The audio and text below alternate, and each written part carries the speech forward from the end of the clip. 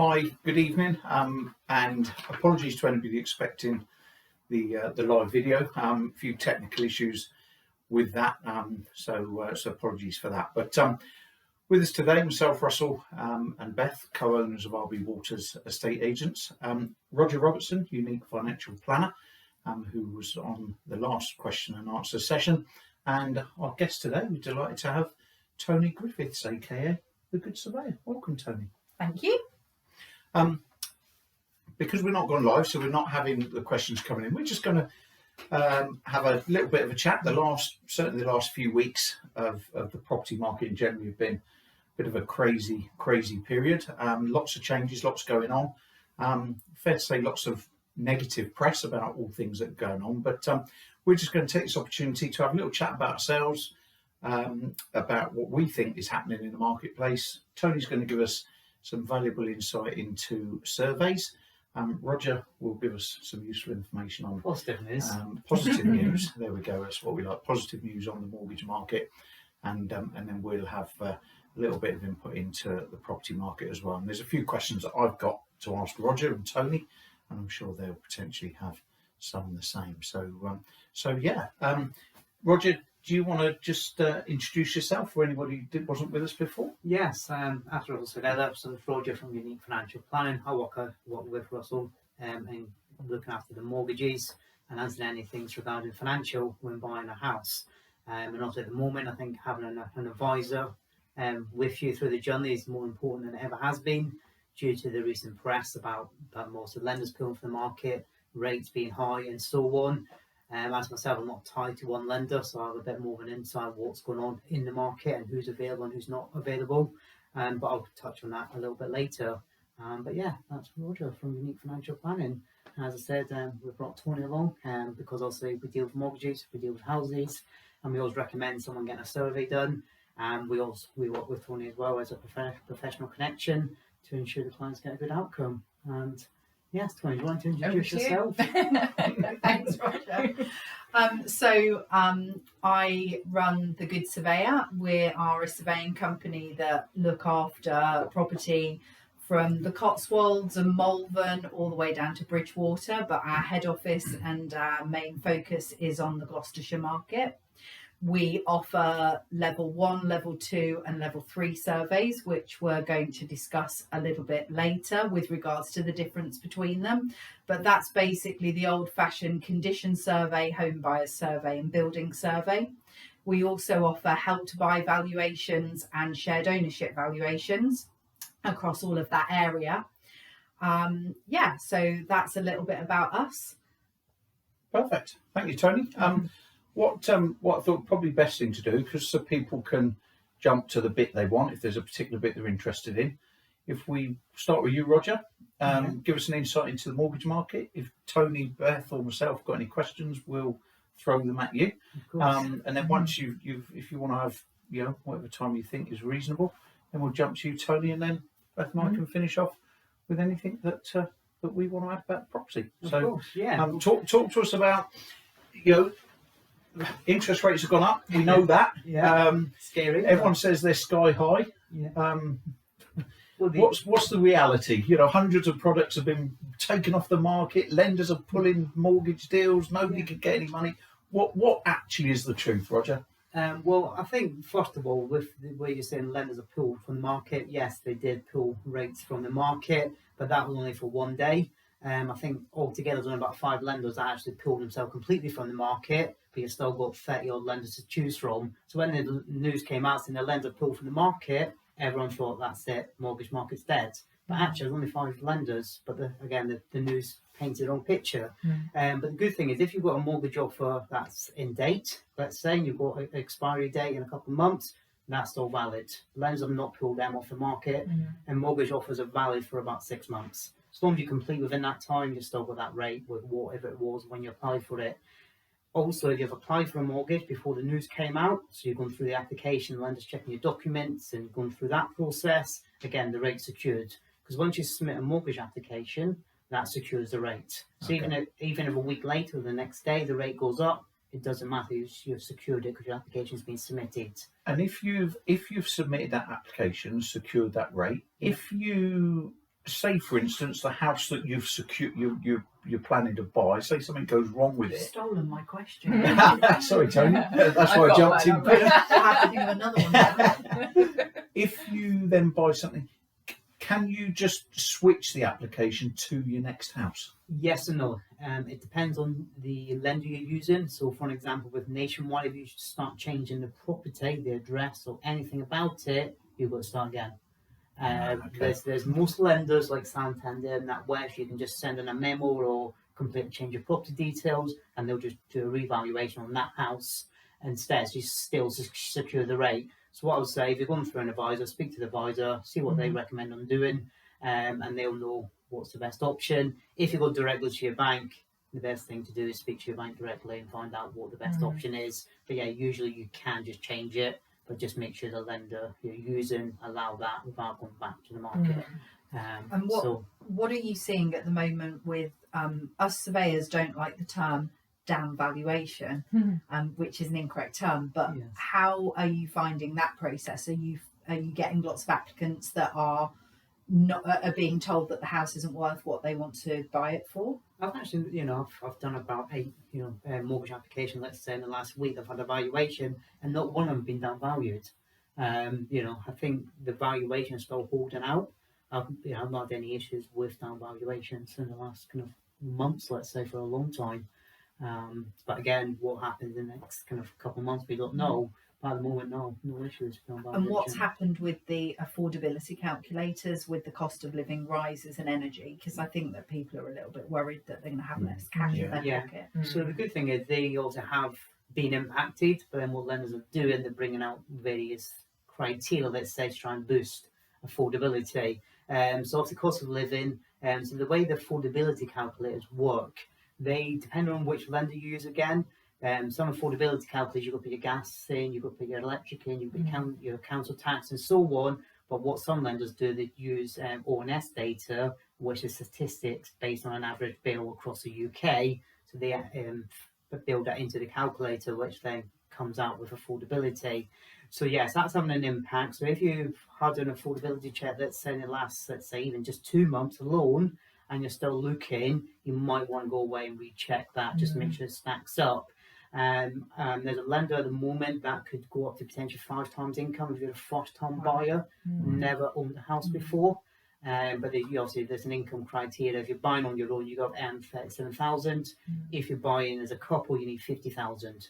But one thing I do say as well, there's a product range called like a professional new qualified range. And what that is, if you've qualified as a solicitor, an accountant, a doctor, a vet in the last 3 to 5 years, those lenders could potentially give you 6 to 6.5 times income.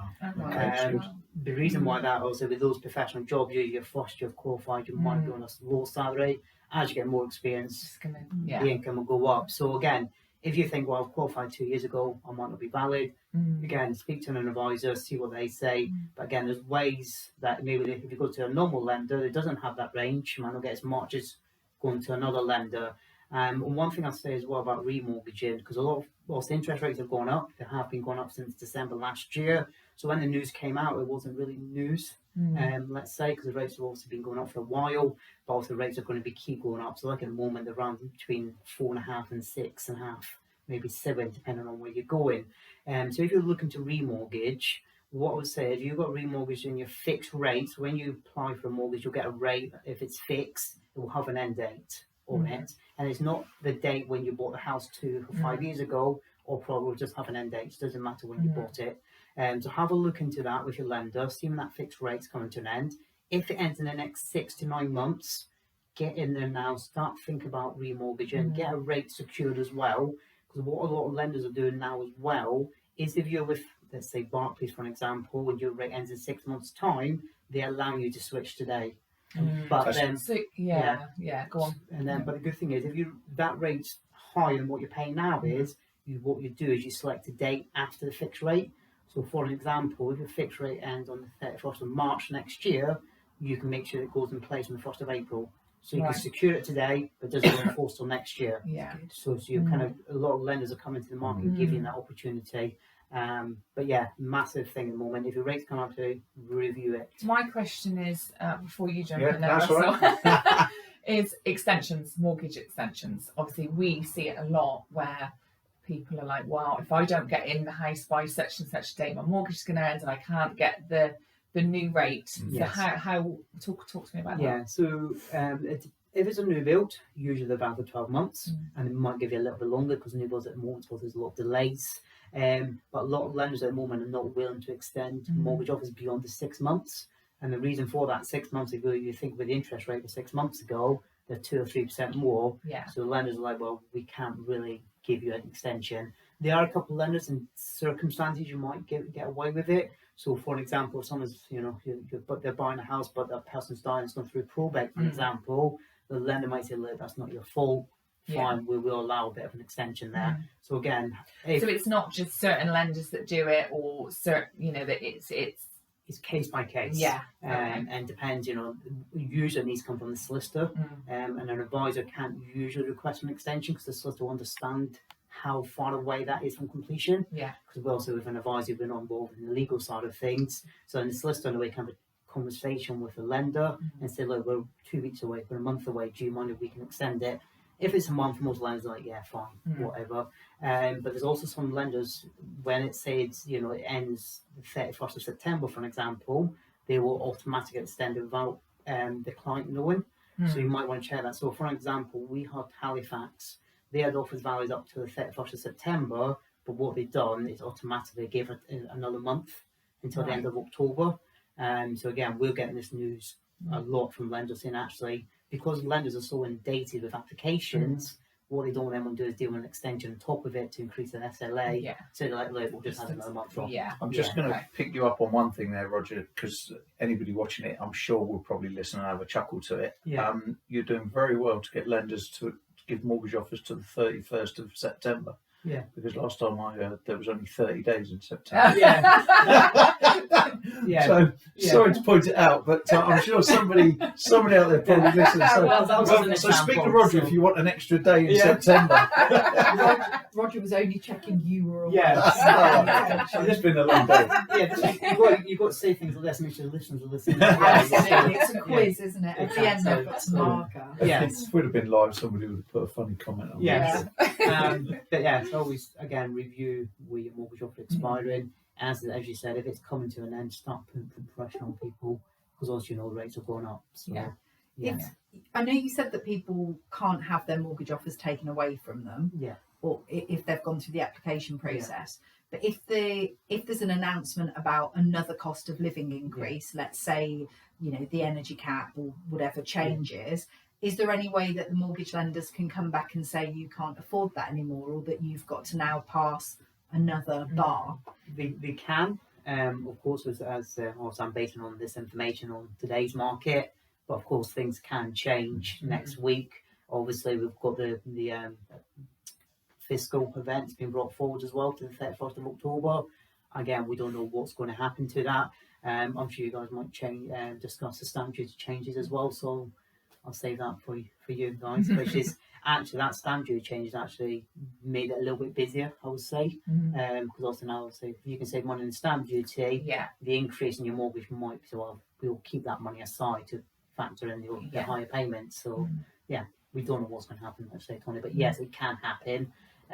But for an example, we had the Leeds Building Society come out yesterday saying any offers valid, they're going to stay valid and it'll be assessed based on the application date. Right. But they've said they won't be extending the mortgage offers. So basically sending the warning out.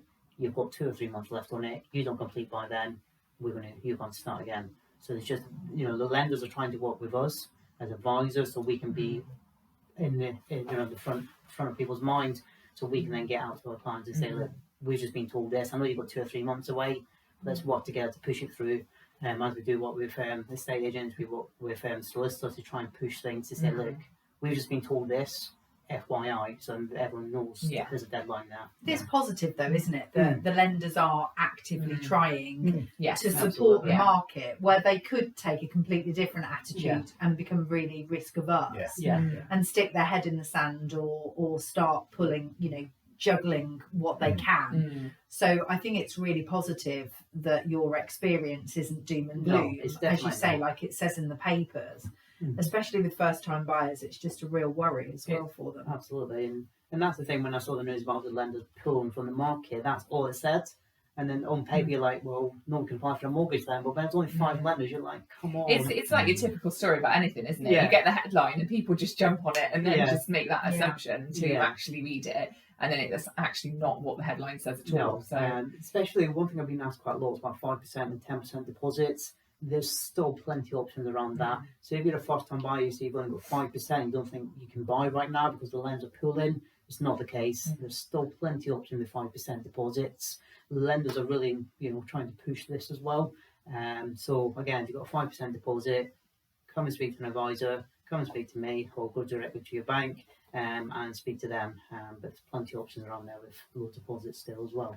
There was a thing I saw on Facebook the other day, somebody posting that a lender is offering a 30-year fixed rate mortgage. Yes. 30 years. Yeah, and there's a 40-year Wow. as well. oh wow, Fixed rate. Yes, but the rate is extremely high, talking Yeah. 10, 11%. Wow. So again, but also when you go for a fixed rate that long, there's also time period as well. So if you're trying to come out on that 10, 15 years later, there might be an extra penalty as well. yeah. So again, that was going to be my question. Yeah, it's all looking at circumstances. What's the long-term plan? What's the short-term plan? What's the future? And that's where I can come in and have that conversation with you to help you choose a 2-year, 3-year, or 5-year. What's your long-term plans? Because it's not about let's just go for a 5 year because the market's crazy. It's all about your personal circumstances Yeah, exactly. and what your long-term plans are. So, I mean, at the moment, talk to a lot of people. We've all spoken to them, I'm sure, and interest rates, they've gone up, and there's people saying, oh, interest rates are really high. But take the last 10 years out. Yeah. Historically, they're not. No. They're probably now more of what we would expect to be normal level. Yeah. So with your crystal ball, where are they going to go to? Do you think they're going to stay there? Do you think they might come back a little bit? And in 12 months' time, where do you reckon they might be? So from looking at predictions, this kind of the high inflation and everything else that's going on with the dollar and everything that happens, how these interest rates come to where they are now, they're looking at 18 to 24 months before any kind of stability, let's say. So I think they're only going to increase. So as I said, with the remortgages, because the good thing is if you apply for that remortgage application, but as you said, if they do come down, you can just cancel that application and go somewhere else. But again, just get that rate secured today, sit on it for 6 months, review it, a month before the end date. Oh, look, the rates come down, great, we'll cancel that one, we'll go over here instead. So yeah, I think the rates are only going to increase. I think the start of November is the next meeting for the Bank of England, and they are talking, between 1 and 1.5% increase. But again, because there's a budget as well, it's quite hard to try and work out what's going to happen when it's all put together. Yeah. But without a crystal ball, I think they're only going to go up.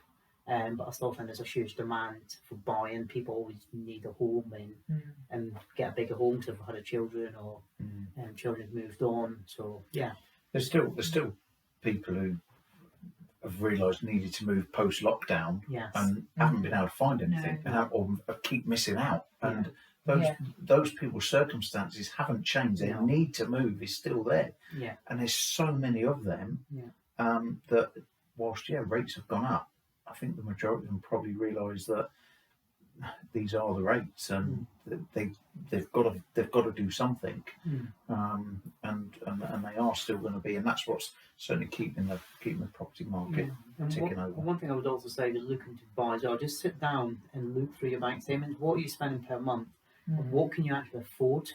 And because sometimes you might say, well, I don't want to buy because I can't afford it. Why don't you work out what you can afford? And then look at the mortgage rates now, and then you can work backwards from there, saying, right, that means I can buy a house at 300. I wanted one at 350, but I have to get one at 300. So it's all about actually sitting down, looking at your budget. What can you afford? Because depending on how old you are, because you can go all the way up to age 75 if you've got employed income. So if you're, let's say, 30, for example, you can do a 40-year term. If your budget is £1,200, it means you have to do a 40-year term. Great, go for that. If you then go for a 5-year fixed rate, in 5 years' time, you have 35 years remaining, the rates might have come down, you might have had a pay increase, you can then remortgage that down to 30 years, 25 years. You don't have to physically sit with that mortgage for 40 years. You can chop and change it as you like. So do you think would your advice be for somebody to get as long as they can, a longer time, and then they can, depending on, like you say, circumstances, they can reduce it? Would that be? What I would say is that again a personal circumstances? I would definitely say that's all about budget for me. I usually don't really talk about term with clients. I'm like, right, what can you afford? And then they go, it's £30 then I can tailor, let's say, the mortgage to that. Okay. But a lot of first-time buyers, because a lot of first-time buyers live with mum and dad still, or they live with friends and they've never owned a house before. Sometimes they say, it's okay if I have a long term, please, because I don't know what my bills are going to be, especially as you said with the cost of living. And then once they get into the house, they go, well, I can spend an extra £200 per month. Then what they can do, they can overpay on their mortgage. Yeah. So if the mortgage is 200,000, they can pay 10% of that balance, which is 20 grand per year. So then that £200 will go straight towards the loan amount and not pay the interest. So again, go for long term, but always encourage to make overpayments as well. So that also helps when you come to remortgage and move house. Go on, ladies first. Well, mine's probably not really a question; it's more of a statement. I think that people are also they think about mortgages and financial planning far too late, and actually even if you're even thinking about buying a house in the next year or the next 2 years, still sitting down with somebody like Roger. Roger's planning for me at the moment about what I want to do next year, and because of being a business owner, he's actually working out what I need to be earning from the business and back working it. It's not always, I think people are sometimes scared that if they come and talk to somebody like yourself, that you're going to be mad that they're not going to do it tomorrow and that, you're not going to earn commission. No. And it isn't about that. It's about thinking, because what you want to achieve, pretty much it's all achievable. You just need to know how to achieve it. And so I really advocate just like looking at things as early as you can, whenever it's a thought. And we've had the same conversation, haven't we? That we probably don't want to do anything just yet, or maybe for a few years. But where do we need to be in that time? And you can start putting those steps in place. Yeah, absolutely. Because one thing as well is, if a first-time buyers have never owned a house before, there's a lifetime ISA. If you put £4,000 in, you get £1,000 back from as a bonus. If you think that could then pay for your solicitor costs. So again, when people come to me, they've made an offer on a house, someone, you got lifetime ISA and I've got cash in the bank. How long you've had that for? I've had it for 3 years. It's too late for me to then recommend a lifetime ISA because it needs to be over 12 months. So again, always look, if you're a first-time buyer, look at how your money's saved. If you're not sure what the lifetime ISA is, or anything, speak to someone who knows, because that, as a first-time buyer, is getting some additional funding. Free money, Free money, exactly. You don't get much for it. You don't get much for it. No, absolutely. And the good thing is, if you've got one and your partner's got one, you can both bring them together. So if you both just had it for a year, put 4,000, that's £2,000 straight away. That's probably going to cover the solicitor costs and all you've got to do. So, and again, as Toni said, forward planning. If you're saving at the moment, how much do you actually need to save? Do you know how much you can borrow? And this is where I can come in and we make a plan, let's say. And I always say there's no thing is a stupid question. I think a lot of people are worried about asking a question. I'm very open, as you guys may know. Come and talk to me. Throw anything at me. And I'll tell you if no, that's not possible. Actually, this might work. Let me speak to lenders. Because as an advisor, we have a contact at lenders. Even though it might not fit the criteria, they might say, actually, if this happens, you do this, etc. Yeah, because that will come on the back of a silly question. That they actually, the options that they don't realise. And as I say, it sounds plausible. I'll have a look into it. If it doesn't work, there's a way we can, you might have to do something, and I'll come back to you and give you some feedback on that. It's like anything, isn't it? Identifying things early. And if you go through some of these, first-time buyer or anybody who's looking to buy, if they're looking to increase their mortgage or get a mortgage for the first time, and you're going through and they're saying, well, I'll spend that, it's okay. You need to, for 6 months or a year before your application, you need to stop that spending that. Stop going out every 3 nights for something to eat and spending £50, £60 on food. Get rid of that. Don't tell me I can't drink beer. But things like that, and knowing how long you need to do that for, so it's off your bank statements, actually can make a difference. a real difference to people. Yeah, So, you think, you know. oh, that's finance on, but it's not. It's just trying to make that mortgage application as smooth as possible and trying to get the lender to raise less questions. Because if there's regular outgoings to a friend because you're doing something with your friend, the lender's going to say, well, you're paying them £200 a month, but while you're doing that, do we need to factor into affordability? So again, if you're sending money to friends, put the description for what it actually is.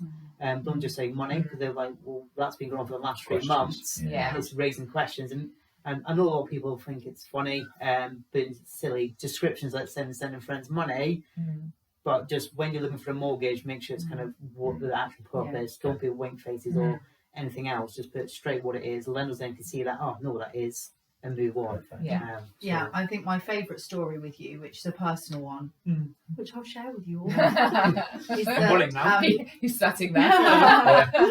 when I started the surveying business, I was in the process of buying my current residential property, and I have been a mortgage person. You know, I've had mortgages since I was 18, so I consider myself to be a sophisticated investor. And so I put in an offer on the house. I'd sold my house, and because of the change in my business and the fact that the name of it had changed, etc., I got turned down by every single person that I knew. The brokers, even big brokers, just wouldn't help me. And that's when I first found Roger. And I explained my circumstances to Roger. And this is, you know, Roger being creative and thinking around the situation. My income hadn't changed. There was just some material differences. And Roger managed to secure me an amazing rate with a normal lender within 24 hours. And I still have that. But, you know, it is about those personal experiences. It doesn't matter who you are. It can still be difficult at times because you've got a new business, or you've changed your business, or my friend had problems because she changed her name because of a divorce. You know, things change, life changes, and it is. And I don't just say that because he's sitting here, and he might whack me. But you know, it is all about the quality of the people that you work with. And it's the same with surveying. It's the same with estate agents. It's the same with mortgage advisors. They're not all cut from the same cloth. Everybody has their own way of doing things. Absolutely and you need somebody creative like Roger. Thanks. On that note, Should we? We'll I was going to say, well, jump- should we going to carry on, or do you want to do a separate one? Because we're going to do it separately, or do you want to no, flow? we'll just run Just it. carry I on. think, Yeah, and then that's fine. people, if the people are interested in just listening to In Toni, ignoring Roger. they'll skip Okay, over that's Roger fine. and jump into Toni. So, Toni, Hello. surveys. So, surveys. I'm going to come with a question and then going to let you just run away with it. People often say, because they phone us, they've had an offer accepted, and they'll often say to us, what type of survey should we have?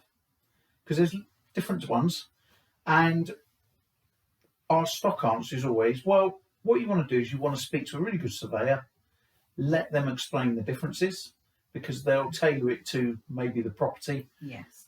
and that's where you would come in. So talk to us. Okay, so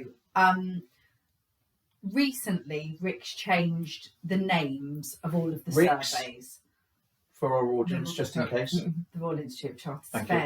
Surveyors, which are not the only show in town, by the way. There is also some others, but we are a Rick's practice. So they used to be called a condition survey, a home buyers report, which is the one that most people know and most people's parents know when you're dealing with They first probably time still phone buyers. up asking for it, do they? All the time. And we Yeah, still yeah. actually put it in brackets when we send out a quote. Brackets, home buyers survey, and then a building survey, which is basic, better, best. And now that's been turned into 1, 2, 3, because apparently this is easier for people to understand. Clearly it isn't, because we get asked the question every day.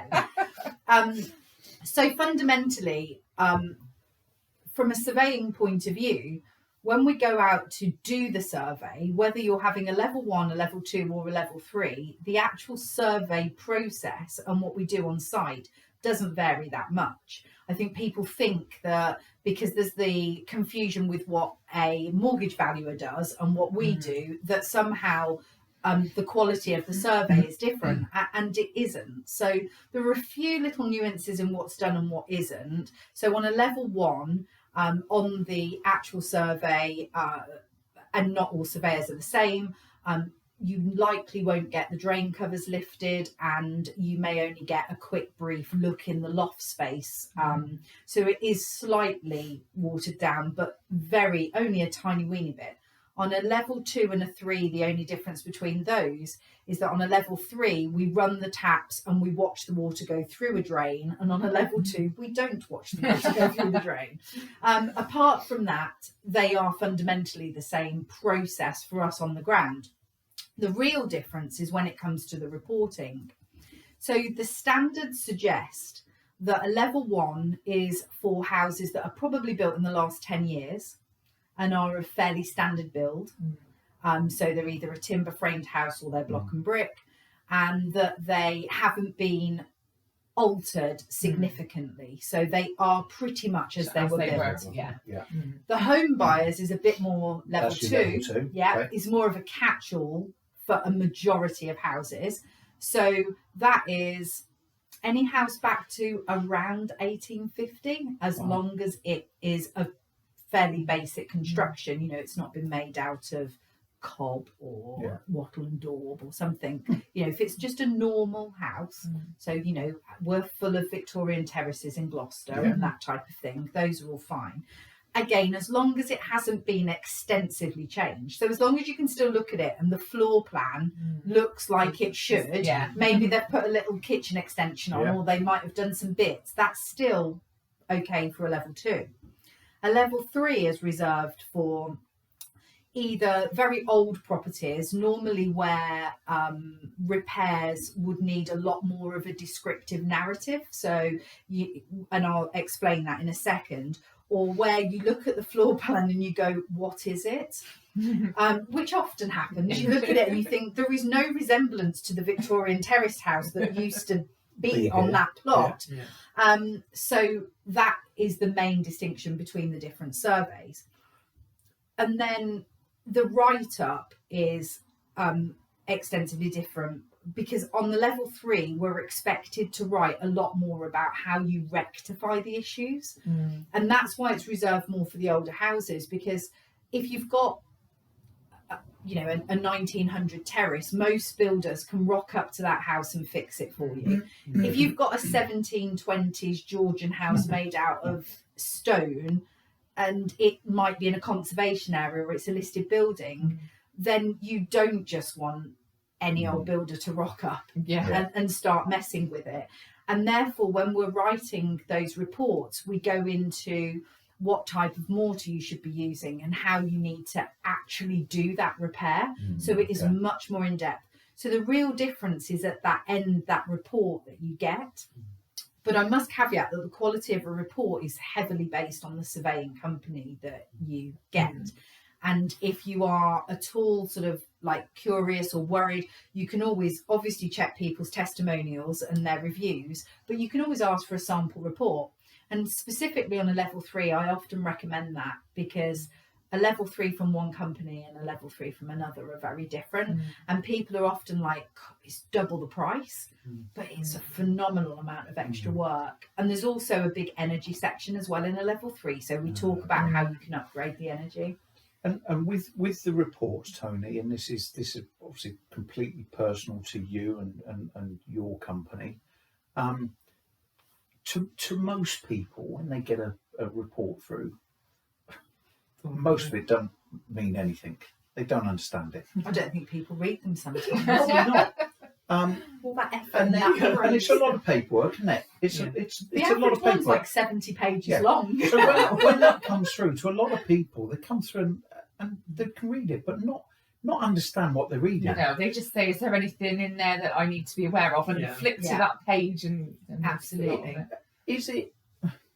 And I don't think they all do, but from your point of view, do you pick the phone up, give people a call before they get the report, talk through it, or is it bang it out and just hope for the best?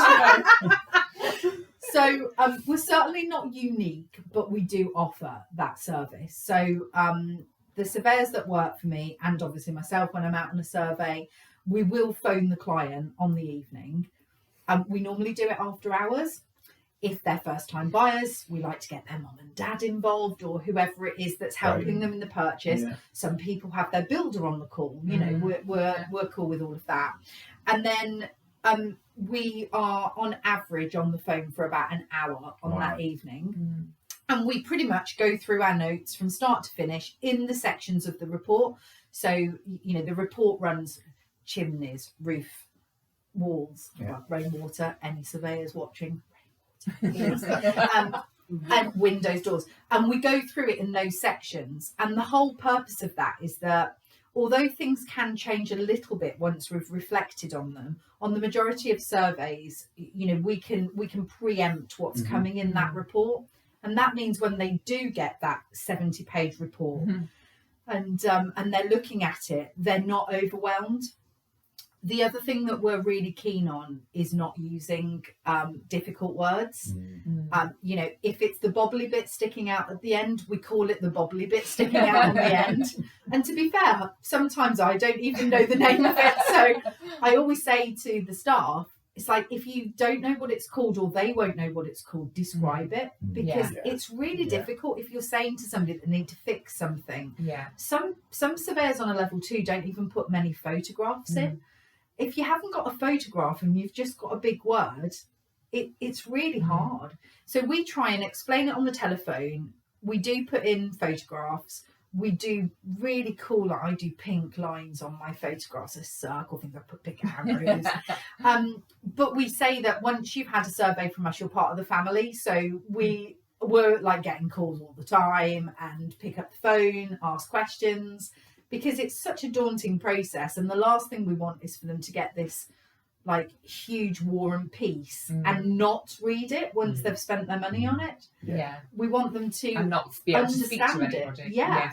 And it's not just about, I think, you know, there's this thought that the only reason to get a survey is to get a price reduction. And although, there are times when it is really handy to get a price reduction, and especially at the moment with everybody tightening their belts, it's good to know if you've got a major expense coming. It's also a maintenance plan for the next 5 years. It helps you know what's coming. It helps you plan with your fixed rates, with you know what's coming up. If you're having a baby, I don't know, life continues, doesn't it? And we actually have clients that come back to us and say, so we've ticked off, and they like literally go through it. And that's what it's there for. It's there as an ongoing thing. It's a living document, and it's useful. We get asked, you know, as an estate agent, our client is the seller.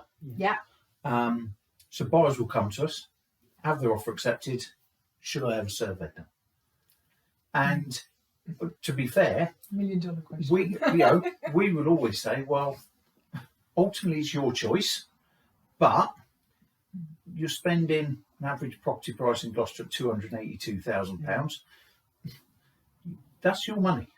So do you want to just hand it over, or do you want, or would you rather get it checked? You wouldn't buy a car and not have an AM check on it or whatever. But you know, and you know that if anybody asks us to recommend a surveyor, we will only ever pass them over to you, and that's but that's on the back of what we've learned, what we've found, what we've experienced, but also the fact of what other people have seen, because you've got loads of 5-star reviews, nothing but 5-star reviews, and that ultimately is, you know, it's the most important thing, because there are agents out there who either have their own in-house surveying teams, or they're paid a referral by surveyors to reckon. And for the record, we're not. We don't have that arrangement, and we don't want that arrangement. We don't pay anybody. Which absolutely. So, what would you say to people? Are there cases where actually you could say, you know what, you probably don't need a survey? Have you ever had to say to somebody, actually, I could take your money, but actually, you know what? I'm going to say yes. He knows of people. I'm always advising. I was going to say, as one good thing about Toni, if you don't need one, she'll tell you you're wasting your money. Like you passed your new build flat, up in was it Stroud? Yeah. And yeah, she was like, "There's no point because you're not going to get the access you need to it to do the proper survey." Yeah. And so yes, I can even answer that. Brilliant. As I recommend Toni, just because of the fact she goes through the report. Mm. You know, sometimes you just get the report and they're like, "But what's this?" You know, with Toni, as she says, she just goes through it. And actually makes sense. As a first-time buyer, how are you meant to understand what the 70 pages mean? What does this picture mean? So again, understanding what you're buying. As you say, you don't buy a car without actually getting it checked. Yeah. So again, that's why I recommend Toni. And sometimes, you know, it's not don't get a survey, it's get something different. You know, get a build around for that, get a structural engineer. Don't spend your money on a survey for me to just tell you to go and get a structural engineer. Just go and get one in the first place. And so we do spend a lot of time advising people and not just telling them not to get a survey, as the case may be, but also to just manage their expectations about what they're going to get. Because some people, I mean, I had one literally come through today. His fear is that he's buying a house on a hill and that it's going to fall down the hill. I said, with the greatest of respect, I don't know what foundations are in there, and I don't know how the geology may change over the next 10, 20, 50 years. So all I can do is literally go to that house and check that there's no sign that it has or will move in the foreseeable future. But that doesn't mean to say it won't.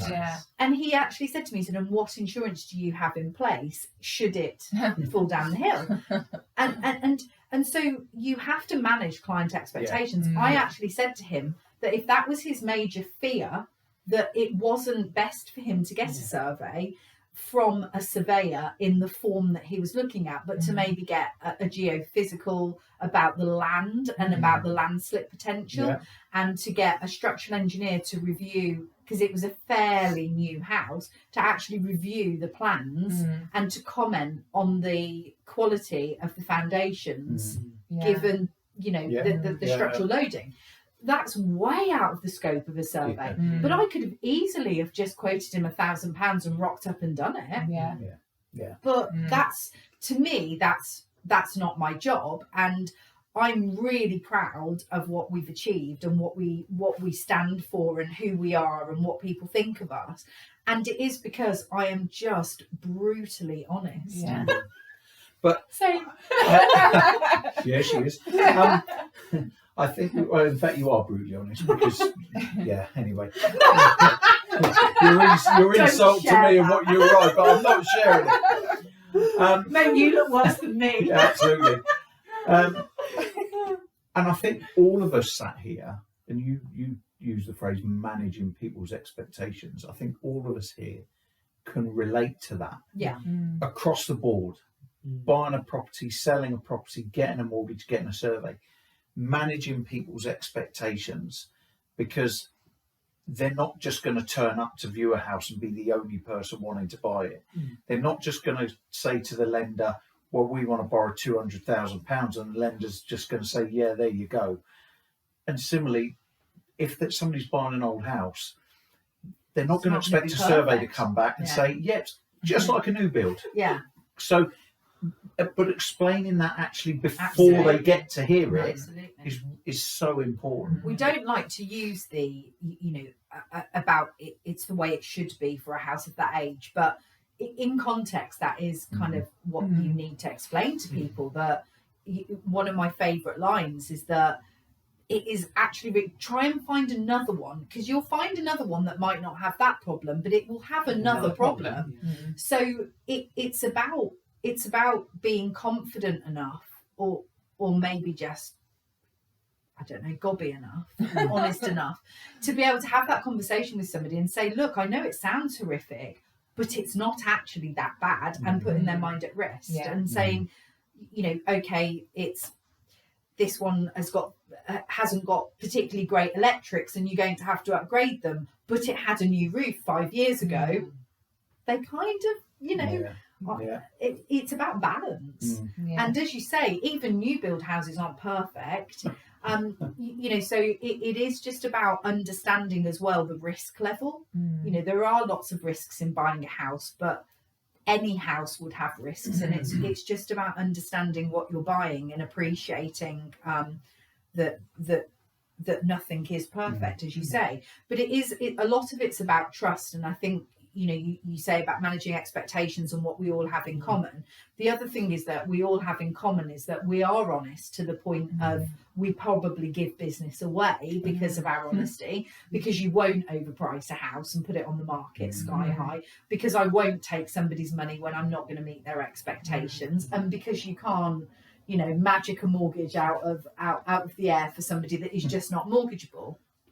So honesty and trust, as well as managing expectations, I think that it's beautiful when we all work together. It's so harmonious, isn't it? What a team. So I've got a question, and we get asked it quite a lot. What's the difference between obviously most mortgage, when you apply for a mortgage, the lender will give a free valuation compared to what you do? What's the actual difference between a free valuation and a survey? So a valuation from a bank is more about assessing their risk. So they do go around the house, they do look in the loft, they are doing, if you like, a mini survey, but what they're looking for are major factors that affect value. So they're not looking at factors that may affect your life, your usability of the space, your plans, or minor cosmetic things that may just be irritating but actually cost a lot to replace.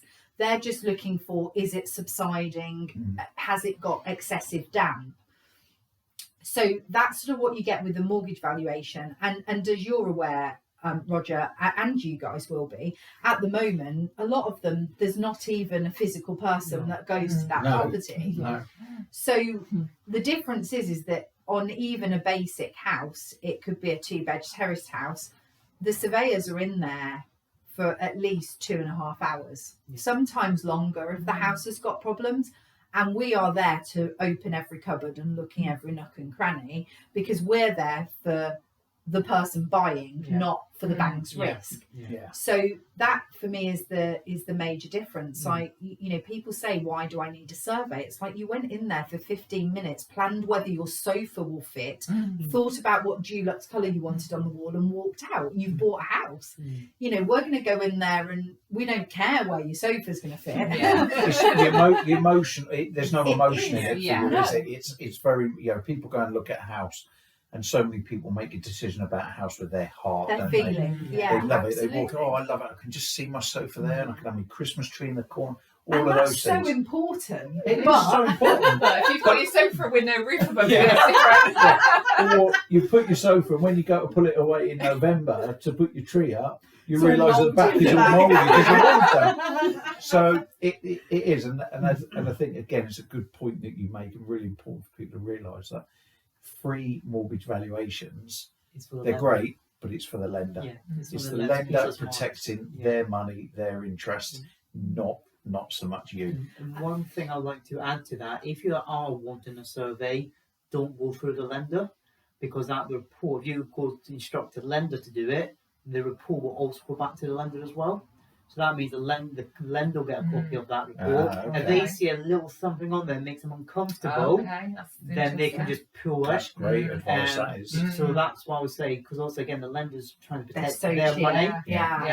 So it's a big cost saving. Exactly. So going through the lender can actually cost you the actual mortgage. So if you can go through someone like Toni, because Toni doesn't send it to the lender, she'll just send it to the buyer or whoever wants a report done. If they're happy with that report and they're like, oh, it's a bit of a crack, it's fine, I can sort it myself, great. But if that went to the lender about a crack, they can just say, no, it's not suitable. Think it's going to fall down. So keep it away from the lender. And often lenders will send it back. If they've got questions, they send it back to the valuer or the surveyor. The surveyor's in, and it's that whole process again. It's expectations, managing its time, isn't it? Because they can take a couple of weeks to come back. Especially at the moment as well. So if the rate's going up as well, if you've done through the lender, they've then pulled your application, you've had to then reply to another lender. The rate's probably 1.5% more now, because you wait a few weeks to get the application. And so just try and keep the mortgage separate to your survey.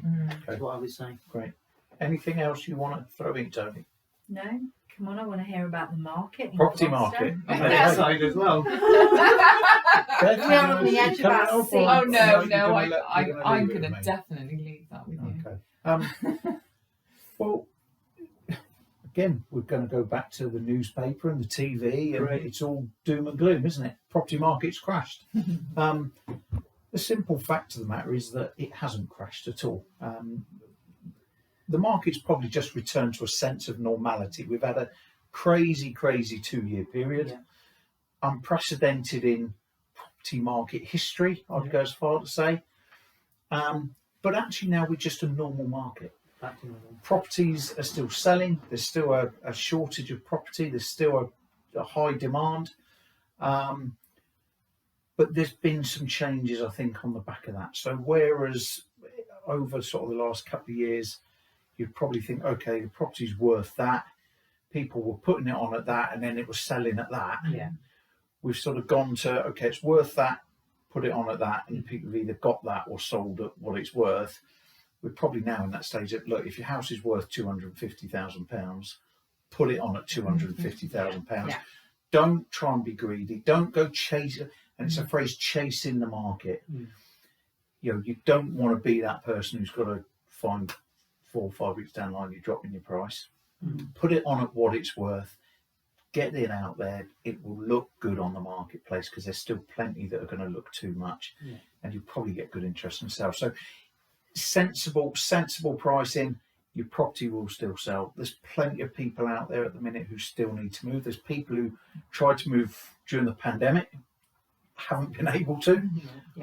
We've got some of those registered, you know, that have actually been registered with us, looking for property and seriously looking almost since we opened nearly 18 months ago, and they're still on the database and they're still looking for property because they've had offers rejected, they've missed and every out. now and again you'll get that person come through because we've put something on that they're interested in. You think, oh my gosh, you know, you can't find yet. It's sad, it's really. crazy. I mean, we've got some clients that have lost out, you know, on 3, 4, 5 houses because chains have collapsed, and you know, first time buyers that have spent a lot of money having surveys done, and at the moment we're advising people to not have a survey until they've got a complete chain, because you know, people are rushing to get a survey and then the chain's not complete and then people can't find, and you know, again, we could take money off people, but where's the value in that? It's back to that managing expectations, isn't it? And service, I think, is a key thing. Service is looking out for them as well. Yeah, no, absolutely. We've had a few lately where people have wanted to move, they need to find, and always say to people, if you've got a sell to buy, get your house on the market, get yourself a buyer. Absolutely. There's nothing worse than seeing the house of your dreams and not being able to buy it. We've had an example. I've seen a few examples like that in the last couple of months of people that have won that house, but I'm not going to their house in the market, not even the pictures taken, and they've just missed out. And they miss out. And it's some people frustrating. do come round to that way of thinking, but other people they're scared though. They're scared. They are scared. I think that the main reason for people being scared is that fear, because they've read and they've heard and they've experienced how tough it's been to find things, and they say, well, if I get a buyer for mine, no problem at all, because everyone's house is the best house in the road, isn't it? But what if I can't find? I can't find something. I'm going to be homeless.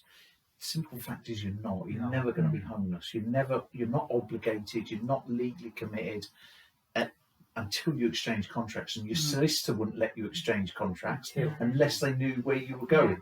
But if you've got to sell, getting your house on the market, putting yourself in the best position possible, going and looking at something and being able to offer with confidence is so important. But I think for anybody who needs to sell, again, really, really important now, make sure you know what you're entering into with your estate agent. For the last 2 years, to be fair, pretty much anybody could have sold a house. Yeah, no, absolutely. I think it's fair to say. It was a market that made very poor estate agents, and as with any industry, there's some very good ones, there's some very poor ones, and there's anything in the middle. But in the market we've had, it's very easy for anybody put a house on the market, inundated with inquiries, do a couple of viewings, get an offer, job done, move on to the next one. And that unfortunately was the mentality. But now the market's changing. what you don't want to do is sign up with an agent that might tie you in for 6, 8, 10, 12, 16-week contract with all these promises.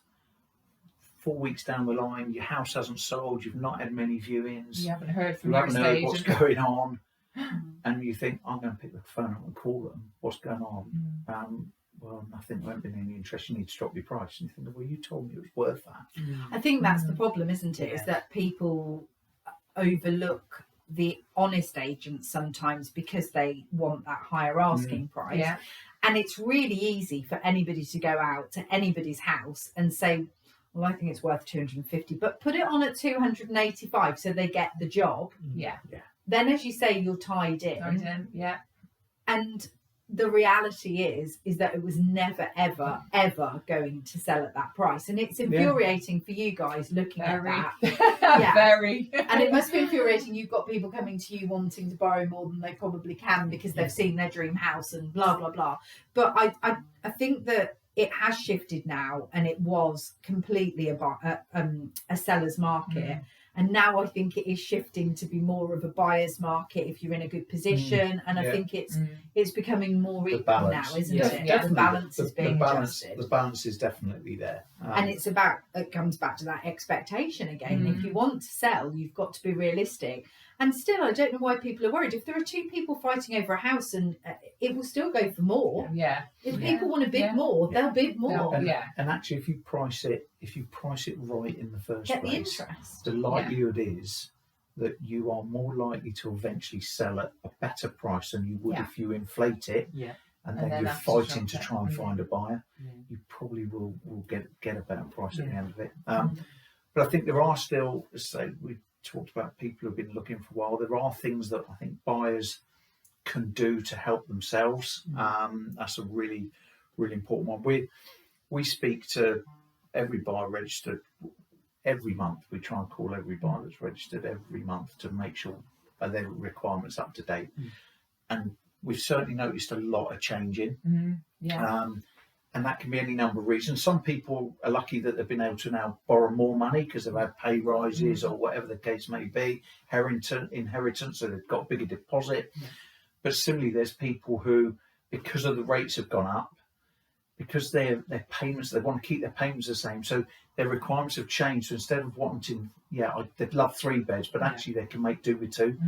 So it suddenly changes it. And I'd say to anybody who is looking, make sure if you're registered with estate agents, they do know, they know what your latest requirements are. Make sure you keep them up to date. Make sure you've checked with your financial advisor what you can and can't do, because otherwise you're going to get bombarded with stuff that either you can't afford or is no use. And actually the things that you are interested in, you ain't never going to hear about. So little things like that that I think buyers can do. For almost everyone's thinking next year now, where do you think the market's going to go? If you have that magic crystal ball that you wanted me to have, Or yours. where do you think the market's going to go in price wise? I think through 2023, we were talking about this, only the other day. I think 2023 prices will ease back a little bit. I'm not sure that there's going to be this huge price drop that people talk about. I just can't. Is the I favourite can't word, see isn't it. We just can't see that. But I think prices will ease back. I think it's only natural that they're going to have to. There's still that imbalance is still there. It is levelling off.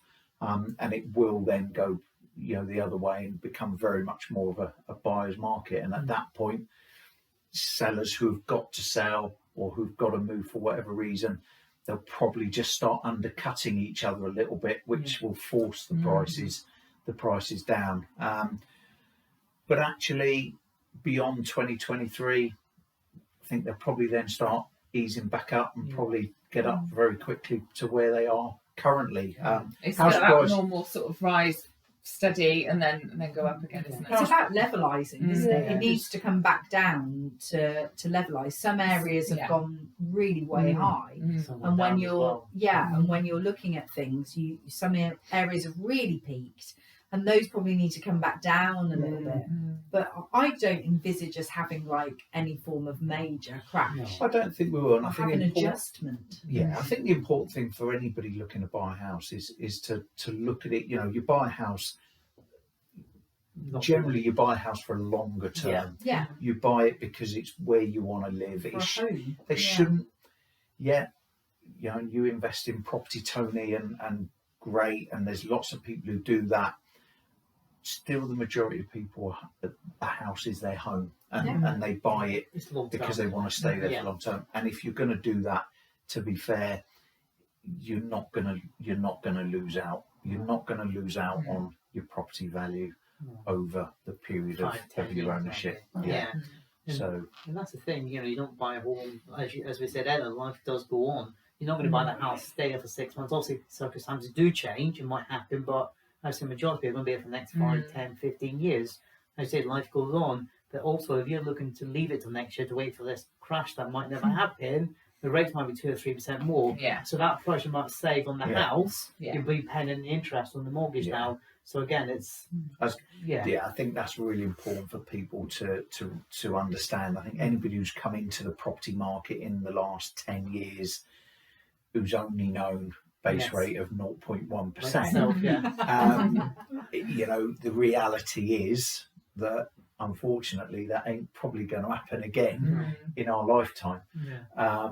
So you probably need to think, okay, look, let's look at buying, get a property. As Roger says, rates are going to go up again. If you leave it, you're probably going to be paying more in your mortgage than any kind of saving that you might have if prices came down a little Accept bit. the situation and make that don't decision think, rather yeah, than don't think too waiting. much in the future because, as we said, we haven't got a crystal ball. We don't know what's going to happen. Mm. If you want to buy. If you want to sell. You know, because you're, as you said, you're buying and selling for a reason. You're buying a house, you want to get out your parents' house, or you want to buy a bigger house, or something you want to separate from your partner, or whatever. Oh, happy. Yeah, thank you. Full of the joys. Yeah, but you might be looking to sell if you've got a child, you need a bigger house. You know, so people are going. Yeah, people are going to be buying. People are going to be selling. People might be living in a flat and want a house now. So I would say their life's going to go on. Yeah. Don't be I scared. think, as entertaining as we are now over an hour. Right, wow, I think okay. people are Probably probably bored out. bored. Yeah. I think Tony, you're absolutely right. So Brutal honest, as we said. And if you've noticed, we've not had canapes or alcohol. No. I mean, um, the we've- hospitality. say and we've been working all day long. So Yeah. if we'll put this, if you're hearing this now, it will be. You'll have seen it. It will be posted in the comments. We will put all the contact details. If you've got questions for Tony, questions for Roger, questions for Beth or myself, do just get in touch. Advice is absolutely free. We'll happily talk to anybody. Absolutely free of charge, no obligation whatsoever. Just to help you make the right decisions. Hope you've enjoyed listening, and we will hopefully do a Q&A live next time. Hopefully. I think Tony scuppered it because Yeah, when we did the it didn't last happen one, it was last time. perfect. Me, I'm No perfect. problem. Tony Yeah. comes along and straight away, as soon as she got it, she goes, "I'm not going to get put on the spot, am I?" So we will get Tony back. We will do it. And, Yeah. but thanks so much Thank indeed. you. Yeah, thanks, guys. You. All right. Cheers. Bye for now. Bye bye.